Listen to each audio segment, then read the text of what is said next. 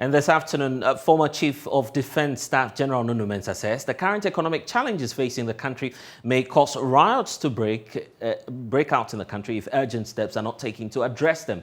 It has been a week since two reputable credit ratings agencies downgraded Ghana to junk status, compounding fears living conditions may worsen. General Nunu Mensah spoke to Raymond Akwa on Upfront on the JoyNews channel. We want to admit that we're angry. We'll never find a way out of this crisis. The point I'm making is that we should stop sheepishly following international monetary institutions as if they are panacea for our problems. No, we want leadership. Look, simple things like growing. I would do some. Where I live is all rocks. It was like a quarry site. I bought soil to plant beans and cucumbers and others. In my house here, I'm planting plantain. That's how I did. We should make an effort to grow Ghana out of this chaos. But we can't go around following others in the IMF and World Bank and the United States. They have got their own problems. France is burning. California is burning. Kentucky is being inundated by rivers. So don't follow them. And we have enough. There are enough people in this country, if they are properly led, we can get out of this chaos. That's what I'm making. We can't sit down there and go and take loans. When you take the loans, we don't even apply the loan in an area that will generate wealth to pay the loan and the interest. You know, we are doing things that are not benefiting the country. And what my biggest problem is, it's not me. I did survive. My days are numbered. But not even my children, but my grandchildren. They're all walking around like sheep without direction. Yet we are hungry. Can't we grow cassava and get bread out of cassava? It can be done. I've eaten cassava bread, but we are looking for wheat from Ukraine. And with the war going on, we are going to die. So I'm saying that, look, I'm not stupid. They are not stupid. Ghanaians are not stupid. Ghanaians are very clever. Ryan Crowd knocked down Ronnie Clayton in 1951 to win featherweight boxing championship. Osman Nelson, D.K. Poison, all these have shown that Ghanaians are not stupid. They are intelligent. We just simply need leadership to come on, follow me. Let's build Ghana. And put politics aside. If you don't do that, I can swear that, and you go on like this, if in August we are hungry, come January you will see real people dying on the street, mark it on the wall. So we should wake up and let our president and the ministers show leadership. If we are talking about buying Ghanaian goods, why don't you buy Ajua's Safo's father's cars, Kantanka, to the police, and beef up Ghanaian production of cars? The former minister was saying, we don't support Ghanaian enterprise. But show by example. All the cars, I have about 3-4 cars here. The new one is 22 years old. I will never buy a new car. Yet I built about 6-7 school blocks. I build them, wake up 3 o'clock, go to O'Reilly and dig and push wheelbarrow to demonstrate to the youth that Ghana can only be built by Ghanaians, not by the Chinese, by the Indians, by IMF, by World Bank, by ourselves. And President and the minister should show leadership. And we shall build Ghana to what it should be. We sure would need some change of mind to work around this. And you said leadership is the biggest problem here. If you are speaking to the president directly, what will you tell the president about how to turn around things, about the implications of our current situation, and the effective things to do immediately from now to next year, as you talk about, to fix the problem? General Nunu Mensah. Yes, General. A year ago, I just said, baby, you didn't hear me well. Look, when we are growing up, things that you see is amazing. And with my senior colleague, 89-year-old man, we wanted to see the president. We saw this coming. We met at the Air Force Officers' Mess and planned to see him.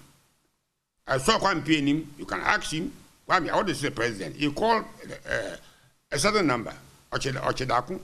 When New York, General Assembly, see the president. I wouldn't talk to the president on your medium. I want to talk to him into his ears. President Mills was a loving president. He could be General now. What's the Kuraba? He could be Wayankokun. Our young advisor, when you feature so of quality, what should I do? That's what he told me. Mr. President, that's where the Wufiasem came from. Maybe they wouldn't call people like me. It was my old friend. I campaigned with 98 when he was seeking political leadership of the MPP. If today, when we are in a crisis, come on, call those that can help. Sit down, Jenna, sit down. What should you do? The country is sinking. We are on board the boat. The boat that sank in Tema. We are sinking. I dream about that. If the president won't call me, I wouldn't talk to the president on your medium. I wouldn't talk to him to his ears at the Flagstaff House. Now, Jubilee House. That's another problem. We are talking about things that don't matter. Nkrumah came to meet Flagstaff House, where the Army General Pelly lived. He loved it. He built them a new place at Woman Ridge, Kalkudi Junction. MPP comes, they change the name. Obama comes, you change White House to Brown House. It doesn't happen. History must be maintained. Let's do important things that will help this country. And these things are not important. Because when I see young people, I came from a very poor background. And when I see poverty, I feel it in my body. I don't want to see poverty. Ghana should now not be where we are. Come on, if Rwanda is where they are, why shouldn't Ghana get to beyond where Rwanda is? So let's president and the ministers who are in charge of our country. But government says it is working to restore confidence in the economy. Deputy Finance Minister Abinal Sesari spoke on the business edition of PM Express on the JoyNews channel. If you would recollect, when we took our budget to Parliament, the 2022 budget to Parliament in November, we had a clear understanding of what we really wanted to do.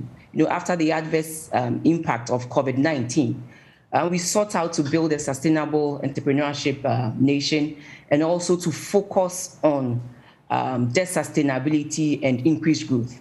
And as a result of that, we came up with some aggressive targets for our revenues. We're hoping to raise revenues to the tune of about 100 billion.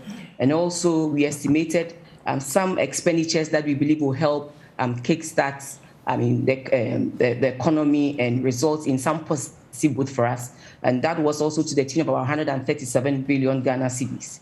And overall, you saw that we also worked to make sure that we reduce our deficit from the 11.4% in 2021 to about 7.4% in 2022. And so we were hoping that with all this, we were going to get ourselves out of some of the adverse impacts of the COVID-19. And then what happened in Parliament when we went to Parliament, you saw how we deferred some of our important revenue measures that we believe were going to help us raise some revenues to focus on our development agenda. And as a result of the deferment of the passage of some of these things or some of these revenue measures, it's undermined the credibility of our budget. And that is when we started seeing the credit downgrading, because clearly if a major revenue measure like the e-levy, we were having problems with its passage, then clearly it's in a way undermining your budget. And so that kickstarted the revenue, the downgrade of in the credit ratings. And I must say that has really affected us and has affected our confidence within on the global front and domestically as well. And so that has also affected our cedi, the strength of our cedi. Truly, George, I must say that the dollar has gained. When you compare the dollar to the pound and to the euro, clearly you see that the dollar has made some gains. Even the pound has depreciated against the dollar, and so is the euro. But that notwithstanding, some has to do with how we handled our revenue measures initially. But I must say that even as we have passed some of these measures, we are hoping that quickly we'll put ourselves together and work very hard to pursue the policies that we are pursuing.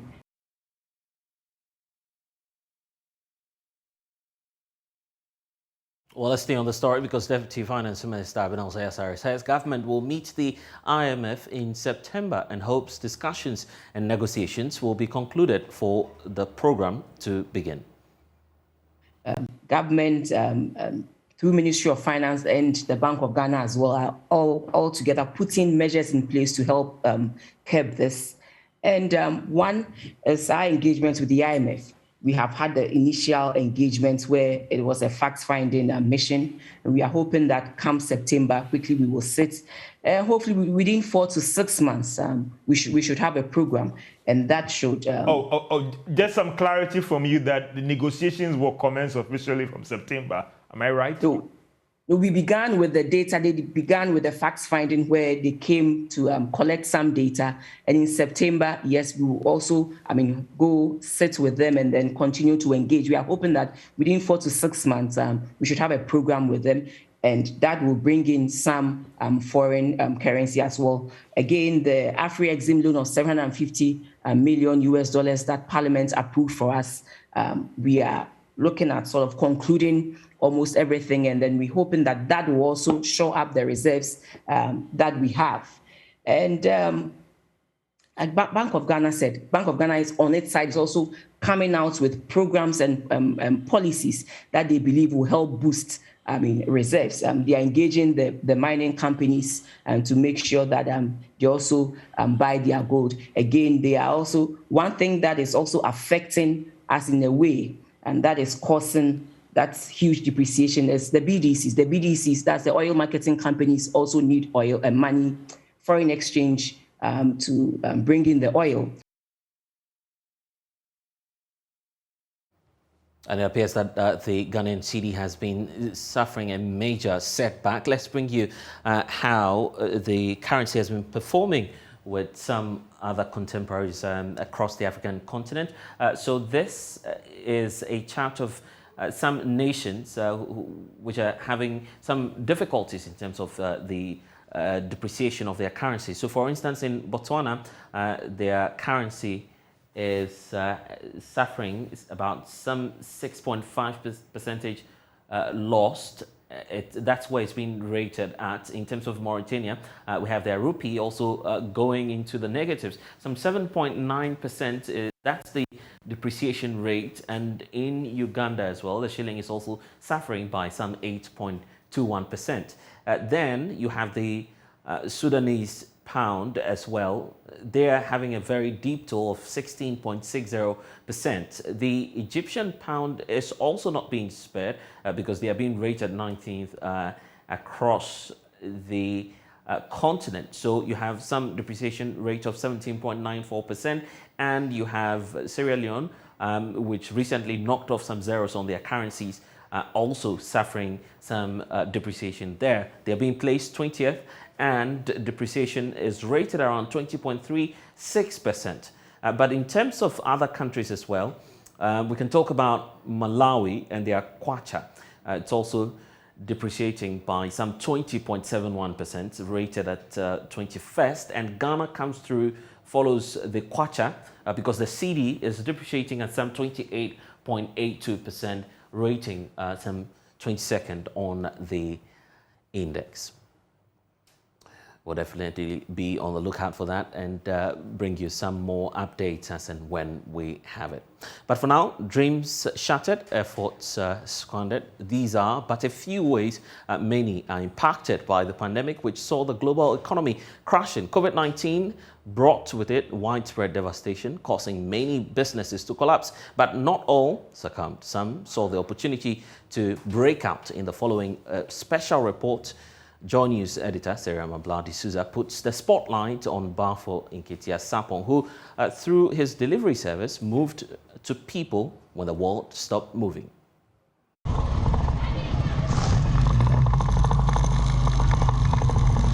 In the Medina municipality of the Greater Accra region of Ghana, one of the riders of Irald delivery services picks up a small box of chocolate for delivery in Adentan.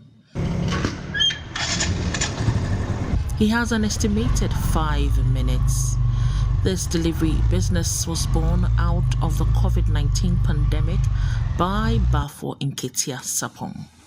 Originally an event planner and owner of events par excellence, Bafo lost his business at the peak of the pandemic. So these are some of the pictures of a national event we did.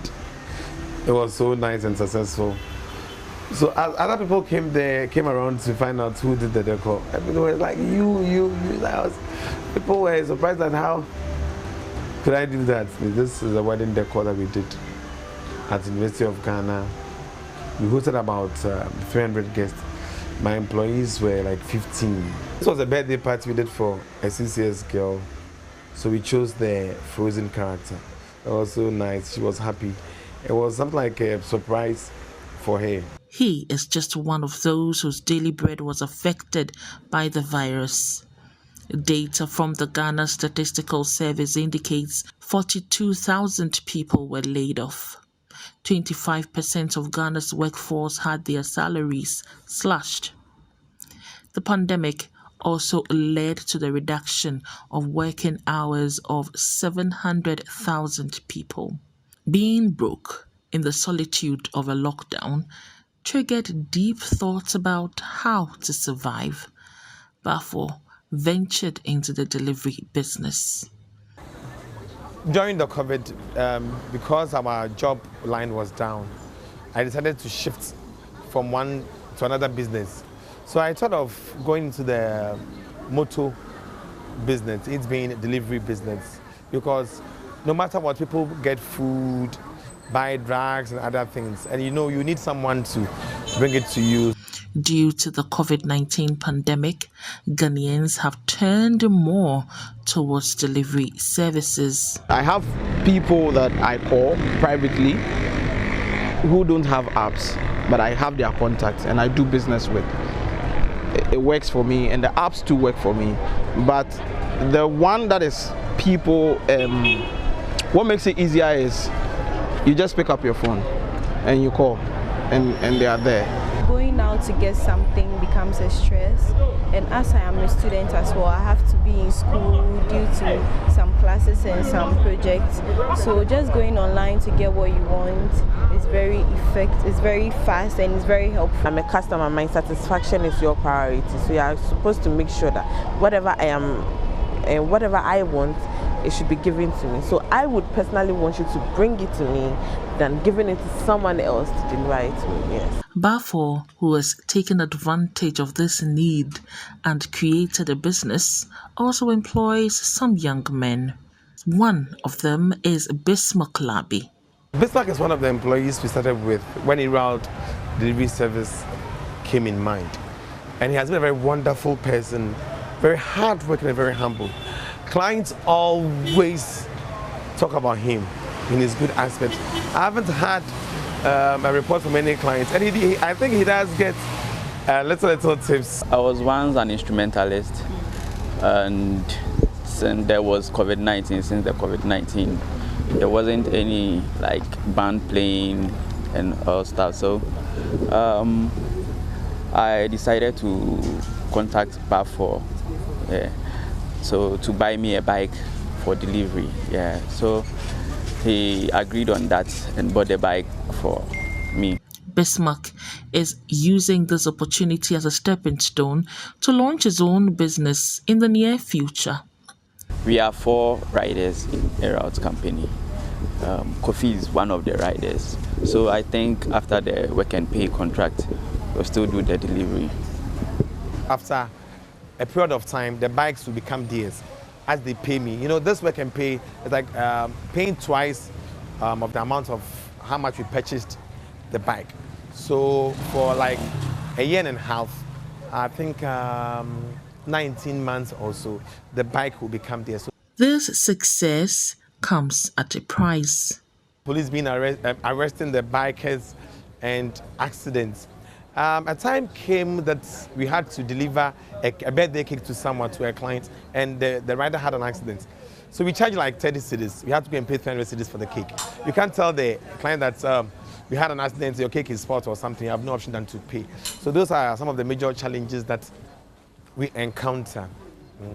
And some, even for instance, you could see bandage on my hand.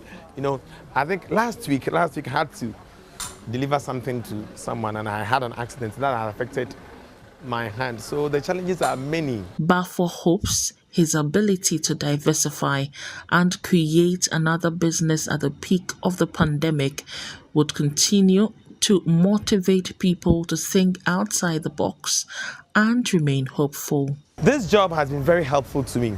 Event planners lost our job. and it has been my backbone.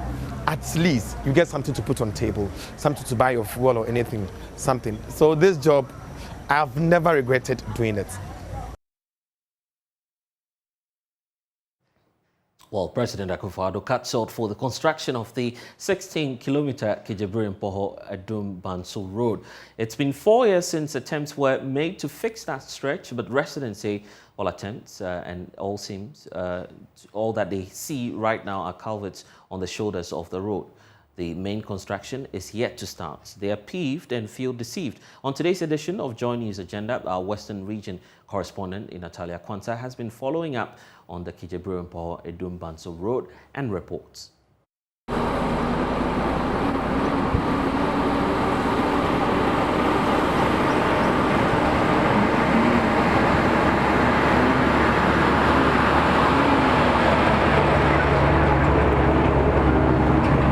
Visiting the Mpoho District for the first time, a white attire would definitely not be your preferred choice.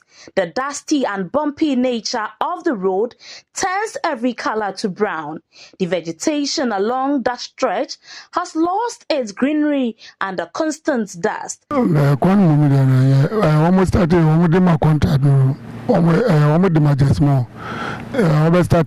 construction of the road was awarded to Jesmo. He started to work on the road but later left the site. I visit the mechanic monthly for the maintenance due to the state of the road. The road is creating problems for us. At the same time, it's very dusty. Heavy-duty vehicles like unmanned vehicles that export quarry stones to a shame for either sea defense or otherwise. We are pleading with the government to take a second look at the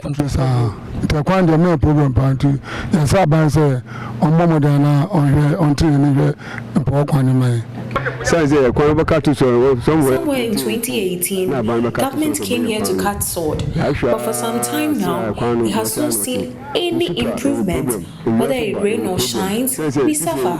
Now that the sun is shining, the dust is killing us, as if we live in a village. Likewise, when it rains, we are unable to move about. It is a problem to us. We are very regular at the mechanic every 3 days for maintenance. This is the only major link from the oil palm and cocoa growing districts that connects the regional capital Takoradi, the Ahanta West district, as well as the Takwa Nsuayem municipality. When the president cut sword for the construction of the 16-kilometer Kejebri-Mpoho-Edum-Bansu road, the drivers and residents were elated. For most drivers, it was to be an end to the frequent visit to the fitting shops and mechanics. In fact,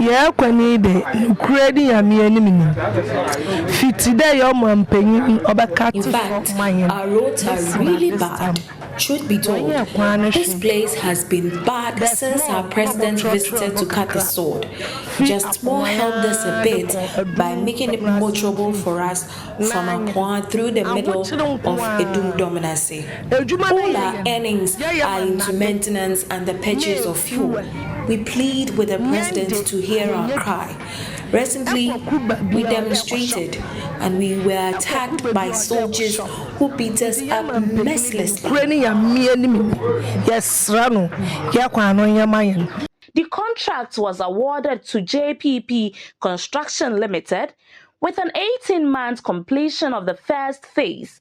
It is, however, alleged that the work was ceded to a subcontractor who was on site for a few weeks, then vanished into a thin air, thereby halting the project and dashing the hopes for a tarred road after many years of waiting. We've been observant enough, and I've realized that authorities seem not to care about us because the contractors who had his equipment has taken all of them away. We will suit ourselves. To date, we don't see any signs of them coming to do it anytime soon. If they are waiting till the election year before they fix it, we would like to let them know that indeed we'll apply the road. However, we will vote against them. In fact, it's having a telling effect on all of us, not the subjects, my subjects alone, on all of us. Like the passenger drivers will tell you, we used to go to the mechanic shop almost every week, and there is no money that has been earmarked for repairs of the cars every week. No, we have to struggle to get the money to go to the mechanic. And when there is anything to be done and it rains, it's very bad. The road gets slippery. Sometimes we have to pass through the palm plantation, and the owners too would not allow us to pass through their plantation because that is not commercial road. The contract was re-awarded to Just More Construction Limited. He moved to the project site, but also moved his equipment after a year. The paramount chief of Mpoho, Osabre Mako Ntie, is deeply worried about the situation. We are not pleased about what is prevailing at the moment. Right now, it's dusty. We were thinking that they would look for a bowser to try to calm the dust for us from time to time, but it's not been done. Let's talk security now. The Inspector General of Police says his administration is working to reduce police response time to 10 minutes and in a broader strategy to improve crime fighting across the country. Dr. Akufo-Dampare has been outlining a series of measures adopted to boost the image of the service and welfare of personnel on the changing face of policing in Ghana. Erastus Asari Donko has more from a KNUST public lecture where the IGP recently spoke. We are employees of yours. That's why we are called public servants. The lecture, organized by the Faculty of Social Sciences KNUST, was held under the theme The Changing Face of Policing in Ghana, Expectations and the Role of the University Community. We can attest to the fact that despite the challenges, the kind of innovation and partnership the IGP is bringing to the frontiers of policing in the country is great. The IGP acknowledged an inherited negative public perception but indicated measures rolled out to improve the image of policing. We own our services to you, and if you are not satisfied, you need to get on with it. So with all this, we decided also to assess ourselves from your perspective. We found that in the middle, we said we are still underperforming. We show zero partnership. We don't work with you. Also, there are issues where you see us as very unprofessional. You say we are corrupt. Thank you. We've never said that there are not a couple of people who are doing things in a corrupt way, tarnishing the image of the service. We've never said that. We are doing all what we can to handle it. But we will never accept the tag that we are the most corrupt institution in the country. It is unfounded.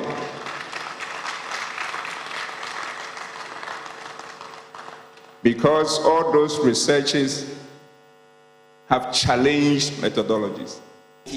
Dr. Dampare spoke of series of plans instituted to fight crime and a move to decrease police response time to 10 minutes. We keep deepening the number of police officers we put out there. Now we have added the motorbikes bit to it, and very soon we are deploying almost about 2,000 motorbikes across the country, that our roads are going to be policed, the towns we see the motorbikes. And response time, we are looking at the average of less than 10 minutes. People will be there to deal with the matter for you. The IGP called for public support for the police while assuring that personnel who perform professionally will receive the full backing of the service. Each one of us at all the chain is appropriately empowered, such that as long as you do what is right and you do it professionally, we will have your back, and to the level that now there is a culture that everybody is arrestable, even including the IGP. So what it is that just do what is right in respect of your rank, and you have the full backing of the whole police administration, and nobody can intimidate you. Reporting for Joy News, Erastus Asaredonko, Kumasi. And you're still watching Joy News today. Next is business.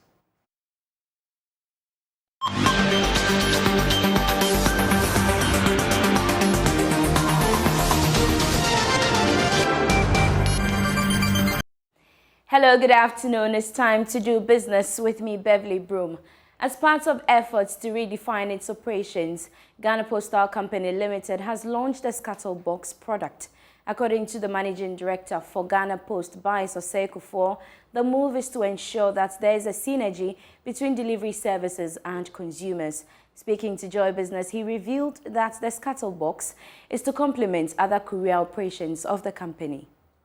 Scatterbox works hand in hand with favorite courier services to ensure that customers receive the most reliable and stress-free delivery services. According to Bice Osei, as Ghana roll out structured delivery and addressing system, institutions and households can now rely on the verifiable addresses using the Scatterbox. At Ghana Post Head Office, we launched our new innovative Scatterbox system. Now, the innovative Scatterbox system is our solution to the cravings of individuals for a more convenient way of communication and receiving parcels and mails. The Scatterbox system is like a post office at your own home or your own business place. And so in the past, where everybody would walk or drive to the post office to access their mails, we are creating a post office right by your doorsteps. And that is what the Scatterbox is. It's an ease of communication device that we are rolling out, and it is linked to our national postal system on the backs of our national digital addressing system, which is the Ghana Post GPS. And so anybody can request and become a subscriber of a Scatterbox. Speaking at the launch, the Deputy Minister for Communication, Ama Pumabuatin, urged local assemblies to work with the Ghana Post to connect households and businesses across the country so they may benefit from the Scatterbox services. The Scatterbox provides a direct mailing service to develop efficient mail or parcel box management solutions, which can take advantage of or which can be accessible by the B2B, B2C, or B2 government from the comforts of their homes, offices, or anywhere. These opportunities and solutions also grant our metropolitan, municipal, and district assemblies to collaborate more with Ghana Post to connect homes and businesses with verified digital addresses to the new Ghana Post postal and parcel box systems. As with the single parcel box, one can now have a combined set of boxes for their businesses, apartments, townhome community, and more. Residents will be provided with a key to their own secure locker and securely provided access to a parcel-sized box. Away from that, ADB has pledged to strengthen its efforts in advancing key thematic areas in a broader strategy to drive growth, especially in retail deposit mobilization. The bank recorded 81.6 million cedis as profits last year, significant growth over the previous year. Managing Director John Kofi Mensah disclosed this at the bank's annual general meeting in Accra. Speaking at the bank's 35th annual general meeting, the MD of ADB, Dr. John Kofi Mensah, said the bank will continue to operate the 3-year strategic plan, which refocused on agricultural value chain businesses. He, however, said his outfit will exhibit prudence in lending to limit the impact of the global crisis on its business. We structured a department that is responsible for monitoring and recovery. We have also put in place a mechanism where they are involved from the very first day of disbursing a facility so that they can monitor it regularly, keep it in line. We are doing all those things because the negative effects of the global economy will definitely have adverse effects on the companies. And that are our clients. If we are not doing well, then the NPLs will start rising. So we will. And you can see that we started about 3 years ago, bringing down the NPLs from 48, came to 34, 31. Now it's running at about 27. Board chairman of the bank, Dasibre Equiamwa Ejapon II, expressed confidence of the prospect of the bank, saying it is on the right track towards full recovery. He later told the media that the bank is focused on reducing the bank's non-performing loans. Talking about the NPLs, that's the non-performing loans. Yes, and it's something that is really hitting the bank. So we've put in place measures to try and see how best we can recover some of the loans. And in the long way, I think that is what is going to help sustain the bank. Because if the NPLs keep rising, then the future of the bank will be in a dicey situation. So it's something we have to do to try and bring the NPLs down, to make sure the bank really still exists and stays in business. The size of ADB's balance sheet grew over the year 2022 from 5.7 billion cedis to 6.5 billion cedis in 2021, representing 12.9% growth. The non-performing loan portfolio of the bank also witnessed a reduction from 34% in 2020 to 31% last year. We have more news on myjoyonline.com/business. My name is Beverly Broom. Up next, the sports.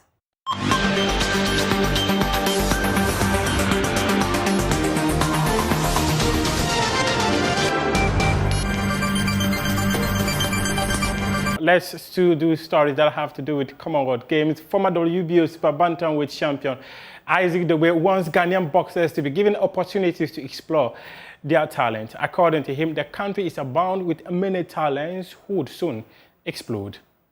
We are still thinking, because the goal seems far away, but it is really, really near. I do believe that there's a lot of talent in Ghana. I'm not the only person. It's just that some people, they just need a chance. They just need a breakthrough. And I believe that there's a time coming where many people, many other fighters are also going to be up there on the world stage. It's just a matter of time before, you hear of them. Because I've been to a few shows and I see that talent. I see that talent. So we all need that encouragement from the people of Ghana and corporate Ghana as well, to back these people. And all the managers and promoters, they should do a great work, because the more you look to showcase the talent, the more the attention also keeps coming. The more light you shine on it, it engages the people, and that I believe that in the near future is going to be boxing in Ghana is going to be massive. People wouldn't have to travel to Las Vegas, to watch a boxing fight. They'll be traveling into Ghana to watch boxing shows. And this is how we end the sports here on Joy News today with me, Muftar Abdullah. Up next is World News.